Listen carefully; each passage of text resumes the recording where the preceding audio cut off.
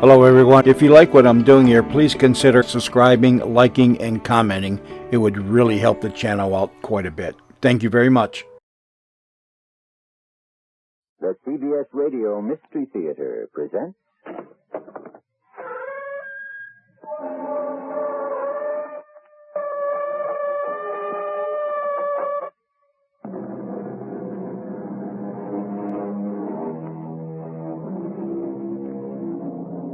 Come in.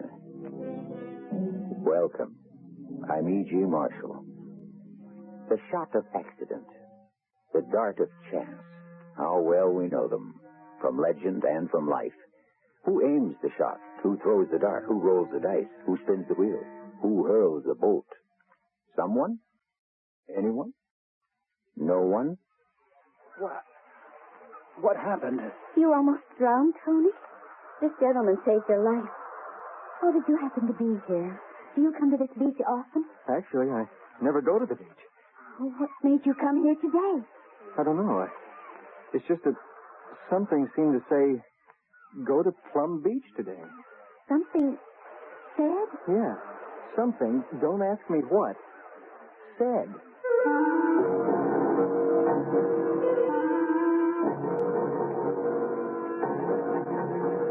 Our mystery drama, The Instrument, was written especially for the Mystery Theater by Sam Dan and stars Ralph Bell.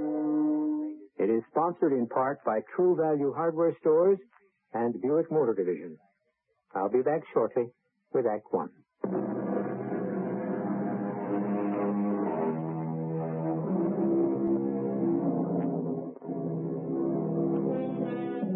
His name is Anthony Warlock, and he has long ago stopped trying to convince people that it's his real name, the name he was born with. Parish records in Cornwall and Devon show Warlocks going way back to the late 1200s. The problem is that the name is too fortuitous because Anthony Warlock happens to be a writer who specializes in mysteries, mostly of a supernatural or occult nature. For 20 years now, Anthony Warlock has been writing his cryptic novels and short stories filled with mysticism and symbolism. But it has suddenly occurred to him that the most mysterious of all worlds is not one that he may conjure in his imagination, but this one, the world he lives in. Tony? Just this last sentence, Ruthie. Yes. Listen, Ruth. Mm-hmm. And now he gazed upon the face of death, the dark face of death. It was a face of compassion and kindness. Suddenly he understood that death was not the villain, but the hero of the drama. Death, the healer of sorrows. Death had come not to take, but to give rest and joy and peace everlasting. How do you like that? Oh, it's all right. All right. Oh, I can buy death bringing rest and peace everlasting. But joy? Well, I needed that speech rhythm. Da-da-da-da-da-da-da-da-da. Well, find another da-da. Yeah. What time is it? 1 minute to 8, exactly. And you better be out of that door in 5 seconds. I'm all ready. I'm wearing my sneakers, my sweatshirt. Here I go. I'll start at 8 on the head, as usual. Going to try to beat your record? No. I'll do my usual mile in 4 minutes, 32 seconds. How many men of 42 can even run a mile? All right, move. I'll be at Fielding's 4.5 minutes from now on the dot. Do you want anything? Oh, just the morning paper. All right. Oh, that has to be for you, Tony. Oh, damn it. Nobody I know is up this early in the morning. Now go for your run. Whoever it is can call back No. later. It has to be Harrison. I better talk to him. Hello. Yes, I thought it was you, Dick. Well, they give me an advance on it. Oh? Well, it's not all that much money, but if they'll spend something on promotion... I have an agent. His name is Dick Harrison. He was very excited. He said he had a new publisher lined up, and he couldn't wait to talk to me about it. We were on the phone for an hour with a great many details that I'm sure would be of no interest to you. And finally, I was able to hang up. Well, what's up? I'm not sure. What'd he say? Now that I think about it, not very much. But surely he had a reason for calling. It was a typical Dick Harrison reason. Maybe. Perhaps. Perchance. It's possible. On the other hand... But it all adds up to nada. Garnished. Nothing. Oh, I don't know. There's a needle somewhere in that haystack. Poor Dick. He has to keep proving he's really out there fighting for you. Why don't you change agents? No, I don't know. I'm used to Dick. But he never does anything for you. But I'm used to the way he never does anything. I can't go around breaking in new agents at my time of life. But what has Dick Harrison ever done for you? Hey, how about a cup of coffee, huh? Don't you want to go out and run? Oh, it's after 8. Hey, did you hear a noise back there while I was on the phone? Well, I'm not sure. I'm busy trying to make sense of your conversation. I may have. It sounded like an explosion. An explosion? Yes, I think so. I wonder what it was. Well, it could have been anything. Well, bring in that cup of coffee, and I'll keep going till lunch. If you're not careful, you'll actually finish that book on schedule. Yes, I'm getting into some bad habits in my old age. I placed a fresh sheet of paper in the typewriter. Began to write. Words started to come slowly. The ideas seemed fuzzy and ill-formed. My mind wandered from the story. It bothered me. This is the way you feel when you're not sure of where you're going, but I had this particular story well under control. I knew exactly where I was headed and how I proposed to get there. Furthermore, I liked the story and how I was doing it. Should have been clear sailing, but for some reason, my mind had gone completely blank. I don't know how long I just sat there and gazed at the empty paper. Tony? Hmm? What? Something wrong? Wrong? Mm-hmm. I don't know. Well, I haven't heard that typewriter in over an hour. Well, I guess I must have been daydreaming. Well, you generally don't run out of steam in the morning. It must be a sign of advancing age. You know something, Tony? You seem to be on an age kick this morning. Oh, is that so? Yes. A review of your conversation. You began by asking how many men of 42 could even run a mile. So? And then when I said something about getting a new agent, you replied you didn't care to break in another one at this time of life. Well, I'll say one thing for you. You really listen. And then you said you were getting into some bad habits in your old age. And just now, you mentioned advancing age. I didn't realize you were keeping score. So, Tony? Oh, I don't know. Maybe I just realized I'm 42. Oh, 42 isn't old. No, but 42 isn't 22. Not by a long shot. Would you like to be 22 all over again? Would you? Why never think about things that can't happen? Tony, something wrong. Yes, I suppose something is. Well, what? Everything. Everything. I see. Does that include you and No. me? No. We're all right. It's just that... Well, I just don't think I'm going anywhere. Oh, is this going to be the what did I do with my life lament? Do you ever look at yourself in the mirror? Oh, constantly. Don't you ever ask, what am I doing here? Where am I going? I know where I'm going. I am the product of 800 years of warlocks. More than 30 generations. And now the line comes to an end. In me. I'm sorry, Tony. What was it all for? I don't know. Sir Roderick Warlock died fighting for Edward I. John Warlock fought with Henry IV. Sir Ronald Warlock almost saved Charles I from Cromwell. James Warlock was a master gunner under John Paul Jones. Darling, I am completely aware of the magnificent exploits of your illustrious family on both sides of the Atlantic. My father died at Pearl Harbor. My grandfather... Well, all I can say is everybody in my family's been a soldier, a sailor, an explorer, an adventurer. I'm the only sit-at-home, the only writer. Not really very much of a writer. Oh, now, Tony, that isn't true. You're quite a writer. Oh, yes? What have I written? Scary little ghost stories? I don't think that's being fair to yourself. Mysterious nonsense about what? The occult, the supernatural. And who says it's nonsense? I say it's nonsense. Oh, we really are having a bad morning, aren't we? And what brought it on? Oh, how do I know? I thought it was so. About what? You know about what? I know what your family name means. It's going to die with you because I can't. No. I don't want to hear any more about that. Ruthie, I'll tell you what bothers me. The fact that I'm a nobody. But you're not. I have a small talent. I have a small success. I've led a small life. I'll be buried in a small grave. Everybody gets buried in a small grave, relatively speaking. Let's play tennis. Good. Now you've had your outburst for the year. Yeah, I suppose so. Look, Ruthie, about kids. I stand ready at any time to give you your option. I love you, Ruth.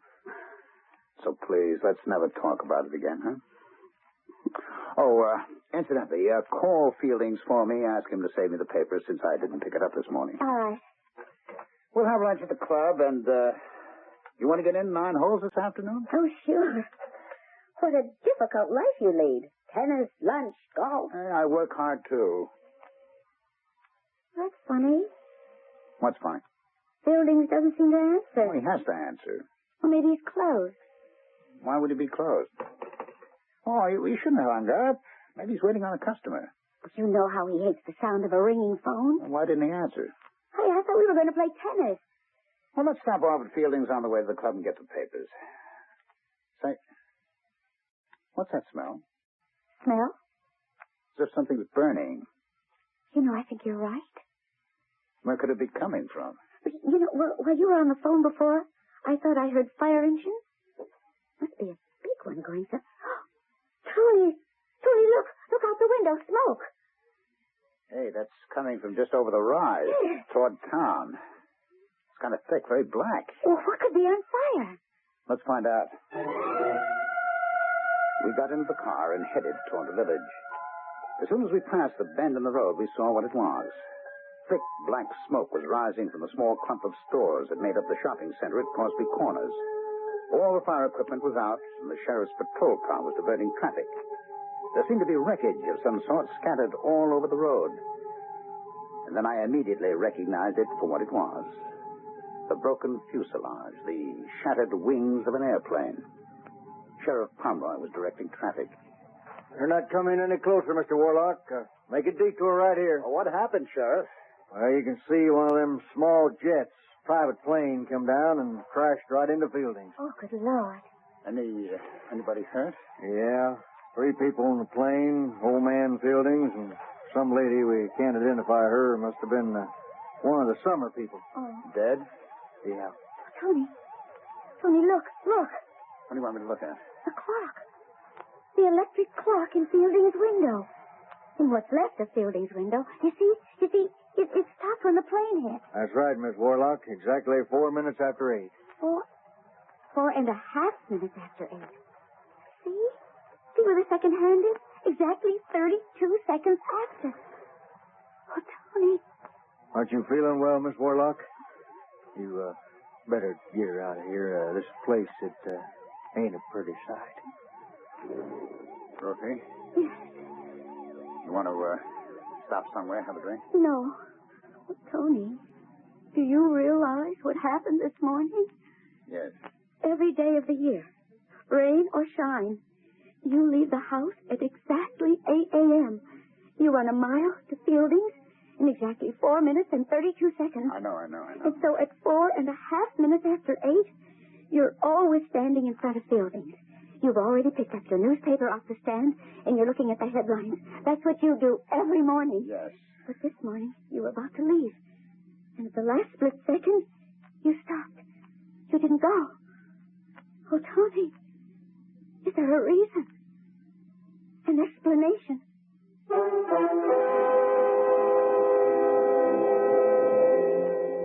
Are you perhaps waiting for me to explain it?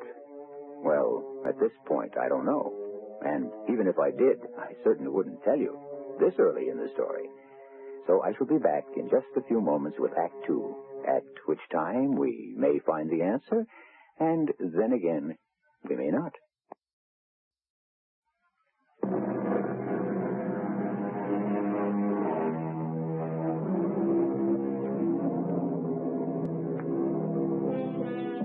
Man, we are told, is a creature of habit, and surely Tony Warlock is no exception. Every morning, Tony runs a mile from his home to the general store in the village. He arrives there promptly at 4.5 minutes after 8. You can set your watch by him. Well, this morning, for the first time in years, Tony was delayed. And at 4.5 minutes after 8, a plane crashed into the store. Had Tony been standing in his usual place at his usual time, but he wasn't. And the question that runs through his mind is, Why? Why wasn't I on this morning of all mornings? Why? Why? It's a miracle, darling. It's a miracle. Of course, it's a miracle. But that doesn't answer the question. Why was I saved? 5 people are dead. The 3 in the plane, Mr. Fieldings, and a woman named Mrs. Jane Gray. Why was I saved? The people in the plane died because their aircraft underwent some malfunction. Mr. Fieldings and Mrs. Gray, they just happened to be there. I should have been there, too. Why wasn't I? Why was I saved? Because Dick Harrison called you at exactly 8 a.m., the split second you were about to leave. Suppose I had listened to you, Ruthie, and fired him and got myself a new agent. He never would have called me. And I would have... Let this be a lesson to you. Never listen to me. Oh, no. I should listen to you. You're always right. And I always do listen to you, except in this one case. Dick Harrison.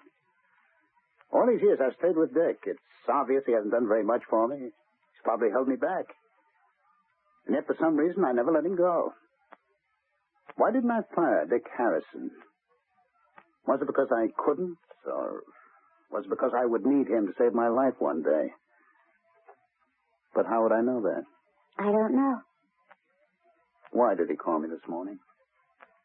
Why? Why don't you ask him?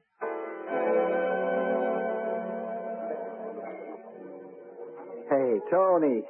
Oh, I'm sorry I'm late. It's all right, Dick. I never expect you to be on time. Oh, it was all in your interest, Tony, baby.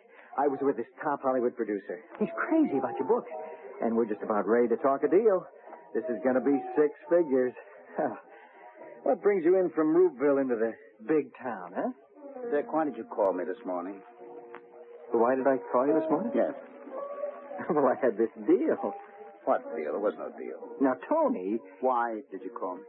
Well, To sing me another chorus of the same song and dance you've been giving me for years, is that it? Now, just a second. That was why you called me, wasn't it? Just tell me the truth, huh? Okay, Tony.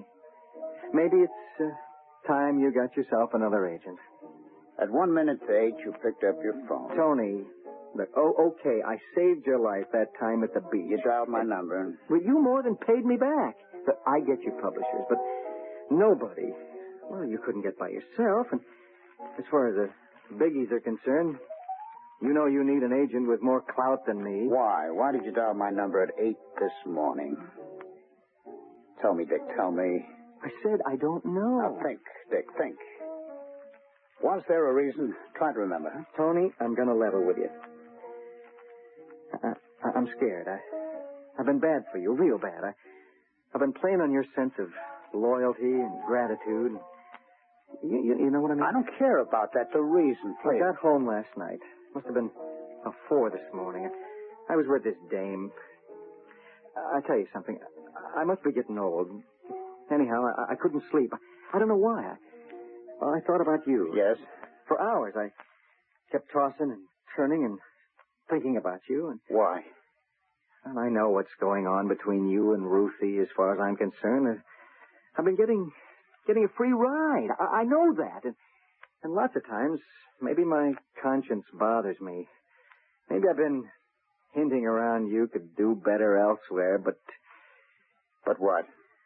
Well, lately, things haven't been breaking too well. I mean, the kind of thing I'm supposed to be good at. You know, singers, actors. I'm losing clients there, too. Today, you got to be a big organization. You have to be able to put packages together. Please, Dick, don't get off the subject, huh? So I need you, Tony. I really need you. Dick, just tell me why you called me this morning at 8 o'clock. Oh, I'm getting older, Tony. Get to the point, please. This is the point. Last night, I suddenly realized I'm... You know how old? Guess how old I am. I'm 42. Do you realize that? 42. Me. I'm 42. 42 isn't the end of the world, you know. It is. If you're going no place. If you haven't made it. If you realize all of a sudden you're never going to make it. Never. What have I got? I asked myself. I got Tony Warlock. That's all I got. And so I got worried. Something said to me... Yeah? Something said, call him. What was that something? It was just something. It said, call him. Leave him know you're around, that you're in there pitching. And I am, Tony. I am. What was this something? Well, how do I know? Was it a voice? A voice? No, I didn't hear a voice. Then what was it? Well, what does it matter? I have to know, Dick. It's a feeling. Yeah? It's a feeling. It's in your bones. What kind of a feeling? Well, I just knew I'd better go to that phone and dial your number, and... Well, that's all I can tell you. All right. I guess that's good enough, Dick. I guess that's good enough.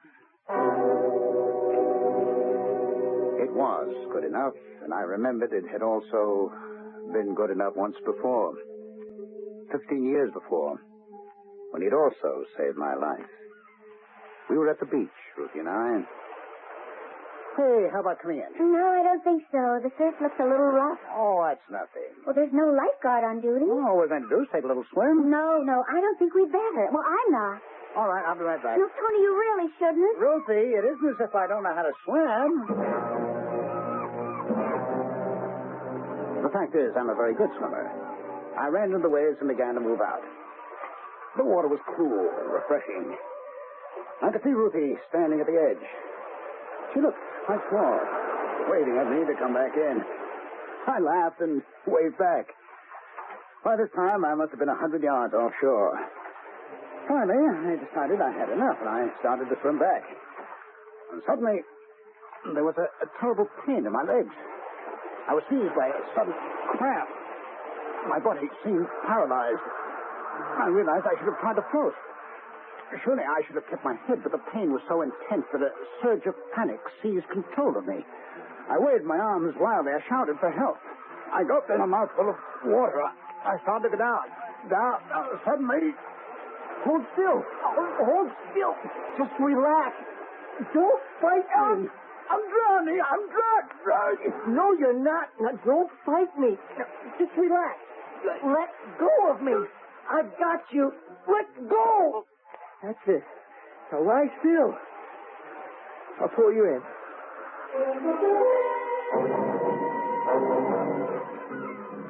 Oh, how can we ever thank you, Mr.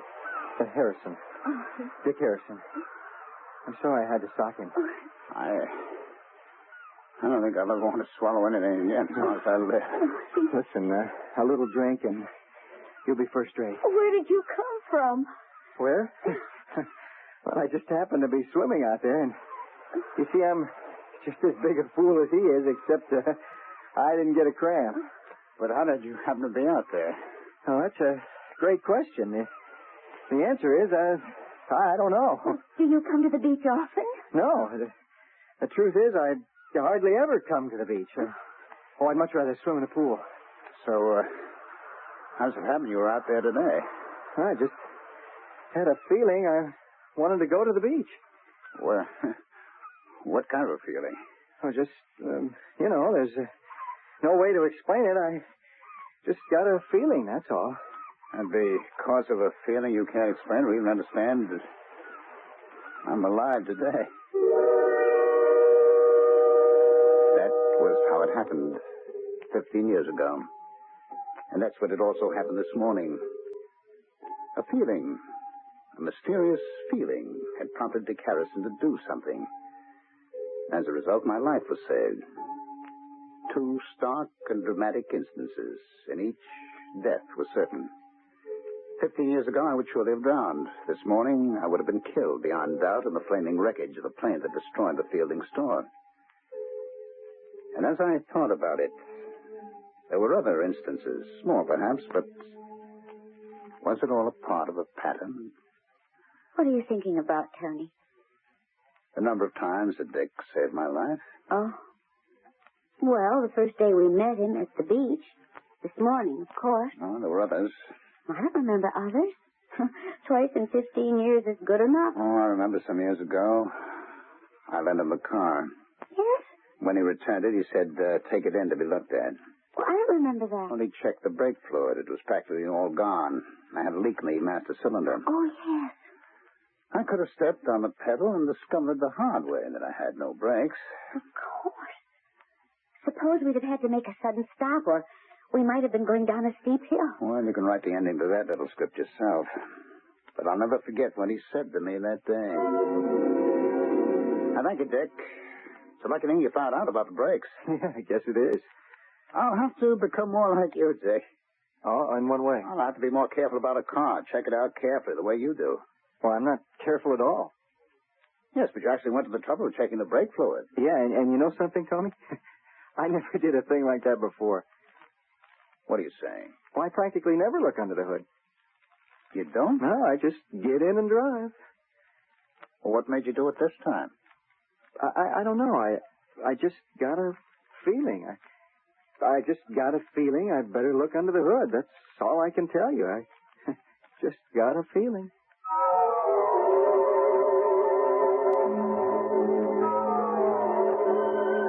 And so here we are in the realm of feelings.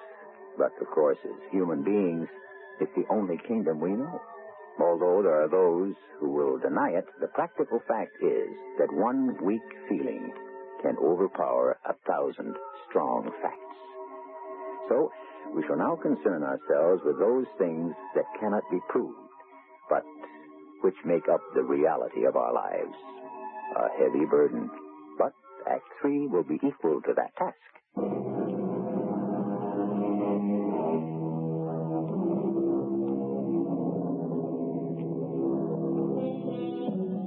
I cannot believe, said Albert Einstein, that God chooses to play dice with the universe. But yet, if life is not a game of chance, what is it? It's been likened by some to a song. All right, we can buy that. But even here, is it precisely orchestrated, or is there room for improvisation? That, you see, is the problem. There's never an answer. Only more questions. On 3 occasions, Dick Harrison had saved my life. Could these have been accidental interventions? 1, perhaps. 2, maybe. But 3? And these were 3 that came rapidly into mind. Had there been others? Less dramatic, not quite so obvious? Yes. Yes, we had planned a cruise, an around-the-world cruise, some 6 months in advance, on the strength of an assignment Dick was supposed to have gotten for me. I remember the day he came to see me. Oh, Dick, come on in. Oh, hi, Tony. Did you bring the contract? The contract? For the motion picture rights. Oh, that contract. You know, I think I will write the screenplay. Look, Tony, I know what the book really should say. about the contract. Uh-oh. Well, there was this problem. Mm-hmm. Which problem? I thought there were no problems. Everything was set, so all I had to do was sign it. Well, they weren't sure. What weren't they sure about? If they wanted to do a book about... About what? About, you know, this mystic stuff you write about. Anyhow, the deal's off for a while. Ah. I'm sorry. We'll get another one. Yeah, sure. I mean it. You'll see. I guess I'll have to break the news to Ruthie. She was really looking forward to that cruise. Well, like I said, Tony, I'm real sorry. It was for next August. We had the book 6 months in advance. I already sent in the deposit. Well, you know this business. Who was it that said, there's many a slip between the cup and the lip? Yeah, but you had already told me that I was actually drinking. Well, you know what I believe, Tony. I really and truly believe that everything happens for the best. I had a hard time convincing myself of that. And an even harder one convincing Ruthie. But after a while, we both forgot about it. It must have been some 6 months later. Ruthie called my attention to a story in the paper. Look at this, Tony. Fire on cruise ship, the SS Paradise Island, en route to... Why is that name familiar? Oh, I know. We were supposed to be on that boat. The SS Paradise Island, that's right. Anyone hurt? No. Oh, yes. One person. He died. He was in his cabin. Well, that's all. The only casualty. Died of smoke inhalation. Fire was in a ventilator. Well, just think. We would have been on that cruise. Well, the boat got back to normal quickly enough, according to the paper. Another one of Dick Harrison's great triumphs. Why do you stay with him? I often ask myself the same question. And what answer do you come up with? I don't know. That was, 10 years ago? At least. And I'd forgotten all about it. But now I had to find out. We had booked passage on that cruise ship, and because of Dick's failure, carelessness, whatever. But because of Dick, we had canceled the trip. And then there had been a fire on the ship. One man had died in his cabin. Just one man. There had been just this one casualty. But one could be enough. If you're the one. I had to be sure. What are you looking for? Oh, these check stubs and receipts. My goodness, Tony, don't we ever throw anything away? well, why should we? Why? Because you get all cluttered up with paper. Would you throw away a drawer full of old snapshots? Of course not. No, said so? Why not? Because they tell the story of your life. So do these old pieces of paper. But what are you looking for? Yes. Received from Mr. Anthony Warlock the sum of $100 as a deposit for cabin B37. SS Paradise Island World Cruise leaving New York August 23rd, 19... Oh, I remember. But why didn't we go? I forget. Ruthie, I have to go to New York tomorrow. But it's so hot. Well, I have to go to the library. The library? It's the only place I can think of to get some special material. I couldn't tell her the real reason I was going in. I'd seen in the paper that the SS Paradise Island was in port, getting ready to sail on another cruise. I had to find out about a certain cabin. I just had to. And after I got off the train, I went right to the west side where the Paradise Island was docked. How was I going to find the answer to my question? Anyway, I joined the happy, noisy crowd and walked aboard. I was looking for a crew member, not an officer, but an older person who liked to talk. Well, she found me. An elderly, chubby, good-natured stewardess. Trying to find your cabin, sir. Yes, I'm trying to find my friend's cabin. I've been invited to a bon voyage party. Oh, there's no end of them. What's your friend's cabin number? Well, no, I don't remember. Tell me his name. I can look it up on the passenger list. Well, it's not my friend's cabin exactly. It's his friend's. And he invited me to his friend's party, and I don't know his friend's name. But I suppose you'll just have to search the ship. Hope you find him before we sail. This is a beautiful ship, isn't it? Oh, my, yes. I've been with her since she was commissioned 12 years ago. Haven't missed a single trip. I was on board here, to say farewell to a friend about, must have been 10 years ago. Were you? Yes, I remember, because that was the trip she caught fire. No, she did not. There was a lot of smoke and all, but it was a ventilator problem. But one of the passengers died, didn't he? Yeah, poor man. I knew him. I was assigned to his cabin. I never had a chance. I'm sorry to hear about that. It's my only unhappy memory in all my years at sea. I suppose you remember it well, huh? Oh, yes. It was 2 o'clock in the morning. The alarm was sounded. I was able to get all my passengers on deck, but I was too late for Mr. Grayson. Poor Mr. Grayson. In cabin 37. Right here. B deck. Cabin B, 37. Funny thing, the only reason he got that cabin was because someone else had canceled. I didn't say another word. I couldn't. I walked off the boat. I wandered into a bar.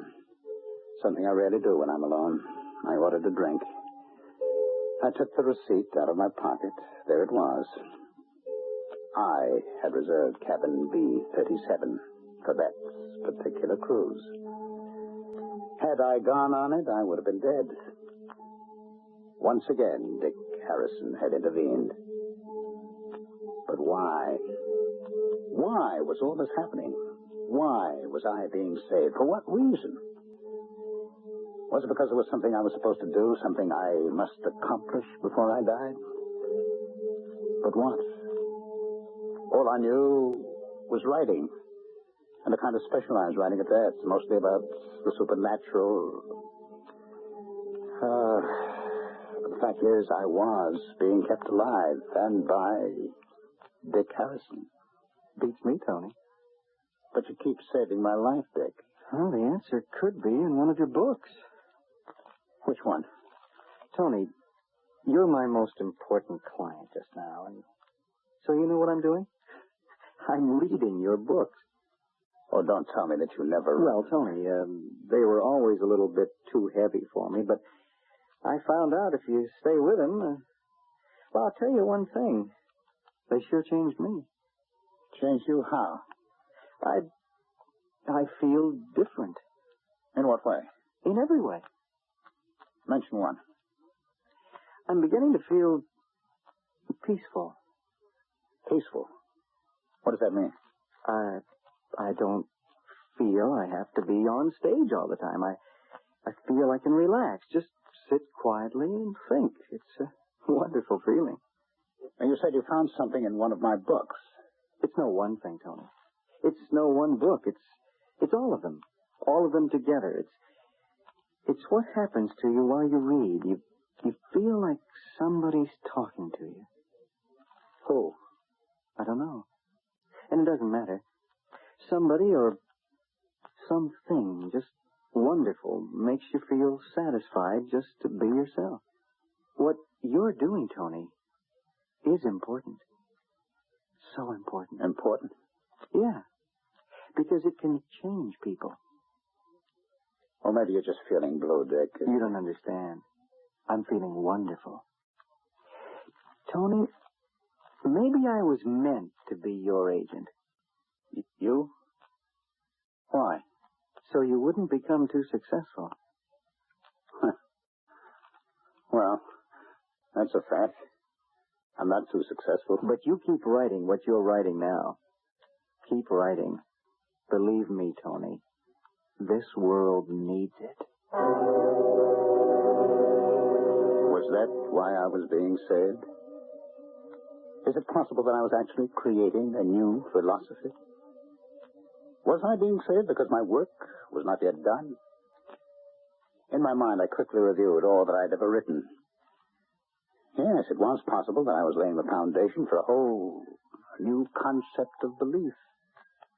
It was not in any specific thing I said, but everything pointed to a harmonious force in the universe which any one of us could make his own. Yes, perhaps that was my mission. Perhaps that's why I was being saved. My work was not yet done. Tony, I think you write some rattling good stories. But as far as any religious... I don't know how to put this. Well, how do you account for the fact that I've been saved so often, Ruthie? Well, it could be coincidence. I don't think so. What do you think? I don't know. Why don't we just wait and see what happens? Was it coincidence? Or was I being saved from a crashing plane, from drowning, from a fire, from a dangerous automobile, by a man who not only saved me by what he did, but also because of what he was, a rather mediocre literary agent, who thus kept me writing in a certain style? So I was thus destined to save humanity. I would have to continue to write my philosophy, and therefore I could not die. I had a tremendous feeling of power. I am, after all, only human. I couldn't help it. Is it true that I cannot die? I cannot be killed? I had to prove it to myself. I was standing on a busy corner. I deliberately stepped into the path of an onrushing automobile. Tony! Dick, are you out of your mind? You deliberately stepped into the path of that car. Did I? Where did you come from?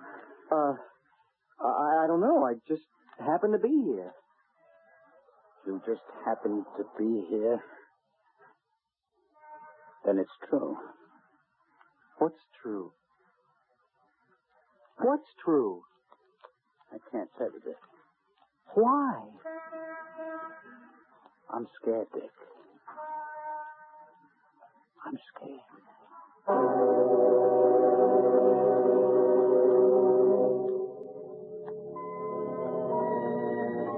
The end of the story? We don't know. That is, we don't know yet. This is, after all, a contemporary story, and perhaps we'll find out in 5 or 10 or 20 years. Why not? This kind of thing has been happening all through history. Every now and then, someone comes along, usually out of nowhere, and changes the thinking and or the beliefs of the world. I may have something to spur your thinking in just a few minutes.